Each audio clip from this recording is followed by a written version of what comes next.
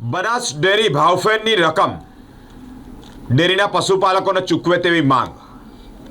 ડેરીને લઈને મુદ્દો ઘરમાં આવ્યો છે. ચર્ચા વિચારણા માટે પાંચે ધારાસભ્યો સાથે જ કલેક્ટરની અધ્યક્ષતામાં એક બેઠક મળી.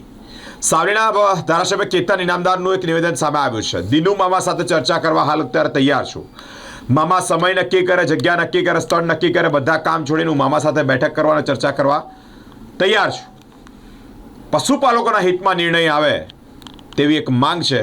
તેની સાથે તેઓનું નિવેદન સામે આવ્યું છે. કલેક્ટરની અધ્યક્ષતામાં બેઠક પૂર્ણ થઈ. સાવલીના ધારાસભ્ય કેતન ઇનામદારનું મોટું નિવેદન સામે આવ્યું છે. બનાસ ડેરી જેટલી ભાવફેરની રકમ બરોડા ડેરીના પશુપાલકોને ચૂકવે તેવી માંગ છે. એજીએમમાં પશુપાલકોના હિતમાં નિર્ણય લેવાય, કોઈ રાજકીય નિર્ણય ન લેવાય. ડેરીના મુદ્દે આજે પણ હું દિનેશ પટેલ દિનુ મામા સાથે ચર્ચા કરવા તૈયાર છું. મામા સમય, તારીખ, જગ્યા નક્કી કરે, વધુ કામ છોડી તેમની સાથે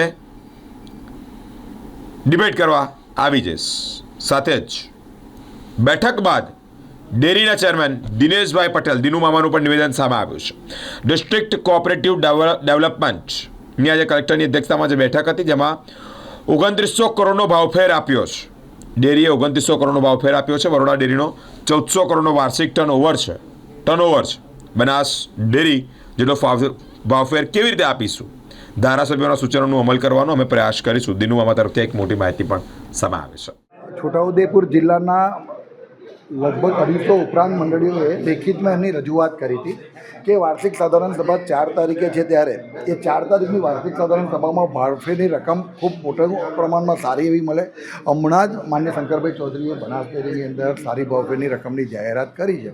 તો એવી ઈચ્છા બરોડા છોટાઉદેપુર જિલ્લાના સભાસદો પણ રાખી રહ્યા છે. અને તદુપરાંત જે મંડળીઓ બંધ થઈ છે, મંડળીઓ ચાલુ થાય, અને એ મંડળીઓ ચાલુ થયા બાદ એમની જે સભાસદોને રાજકીય કિન્નાખોરીથી જે મંડળીઓ બંધ થઈ છે, તો એ સભાસદોને તકલીફ ના પડે, તો એમના માટે તાત્કાલિક એ મંડળી ચાલુ થાય અને નિર્ણયો પોઝિટિવ લેવાય. અને 8 મુદ્દા હતા જે મંડળીઓના, 8 મુદ્દા પર જે ચર્ચા થઈ છે, એમાં વાર્ષિક સાધારણ સભામાં દરેક મુદ્દાને સારી રીતે લઈ અને માત્ર ને માત્ર પશુપાલકોના હિતમાં નિર્ણય લેવા માટે આજે માન્ય કલેક્ટરશ્રીની અધ્યક્ષતામાં આજે આ મિટિંગ રાખી હતી. એમાં અમે 5 સાવલી, ડભોઈ, વાઘોડિયા, કરજણ અને પાદરા બધા જ ધારાસભ્યો અમે હાજર હતા. અમારા બરોડા ડેરીના ચેરમેન, વાઇસ ચેરમેન, એમડી પણ હાજર હતા, જિલ્લા રજિસ્ટ્રાર પણ હાજર હતા. તો હું વિચારું છું કે જો આજની આ મિટિંગ ખરેખર પોઝિટિવ રહેશે, અને અમે વિશ્વાસ રાખીએ છીએ કે 4 તારીખની વાર્ષિક સાધારણ સભામાં ખૂબ સારી રીતે માત્ર ને માત્ર પશુપાલકોના અને મંડળીના હિતમાં અને સંસ્થાના હિતમાં જ નિર્ણય લેવાશે. કોઈ રાજકીય નિર્ણય નહીં લેવાય. હવે 4 તારીખની અમે રાહ જોઈએ છીએ. 4 તારીખે જે એમને પ્રમાણે જે અમને ખાતરી આપી છે એ પ્રમાણે પોઝિટિવ થશે એવો વિશ્વાસ રાખીએ છીએ.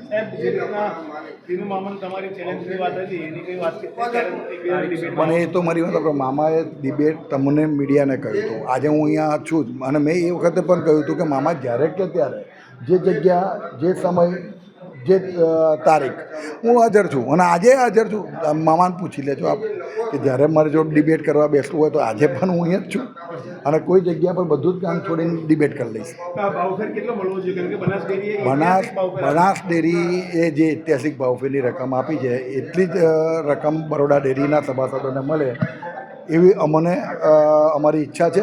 અને પશુપાલકો 4 તારીખે દિવાળી કરે એવો નિયામક મંડળ નિર્ણય લે એવી અમારી ઈચ્છા છે. સરકાર નહીં, પરંતુ સમગ્ર ભારતમાં જ્યારથી સહકાર ખાતું આદરણીય વડાપ્રધાન નરેન્દ્રભાઈ મોદી સાહેબે આપ્યું છે, અને એક આખું સહકારી ડિપાર્ટમેન્ટ કેન્દ્રમાં આખા દેશમાં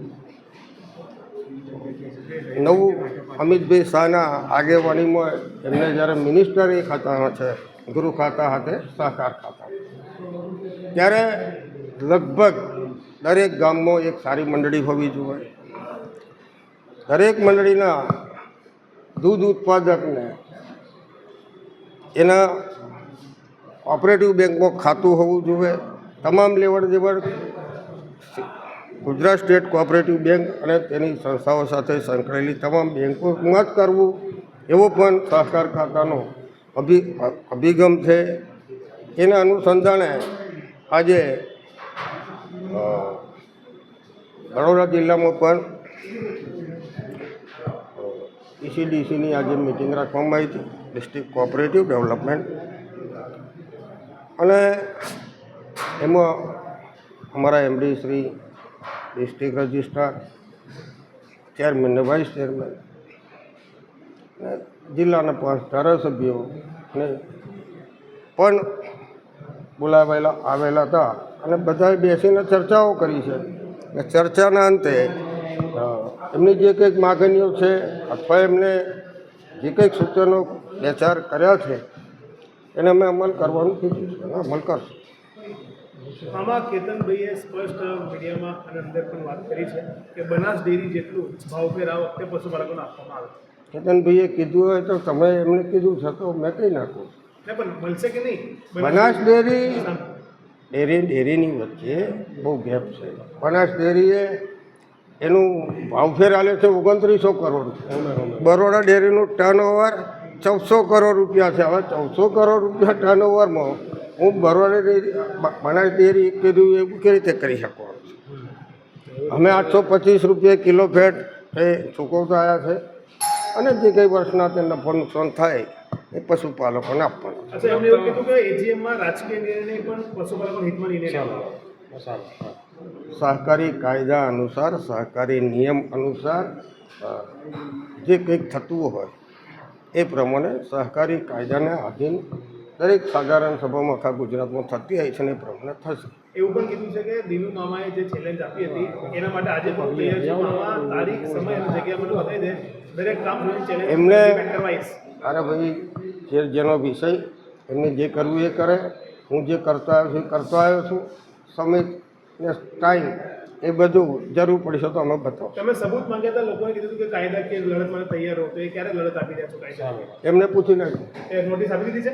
એમને પૂછજો. એમ નોટિસ આપી દીધી અરે ભાઈ, તમારે અધિકાર નહીં મને છે? પૂછવાનું. નોટિસ આપી છે? એમને પૂછવાનું. અમે તો કોઈ ચેલેન્જ એવી હાલતા જ નહીં. નહીં, જે કાયદા. ભાઈએ આવેદનપત્ર આપ્યું હતું, હા, જે ભાઈએ મને આવેદનપત્ર આપ્યું હતું એ બરોડા ડેરીના માજી પ્રમુખે રહી ચૂક્યા છે ને, ઉપપ્રમુખે રહી ચૂક્યા.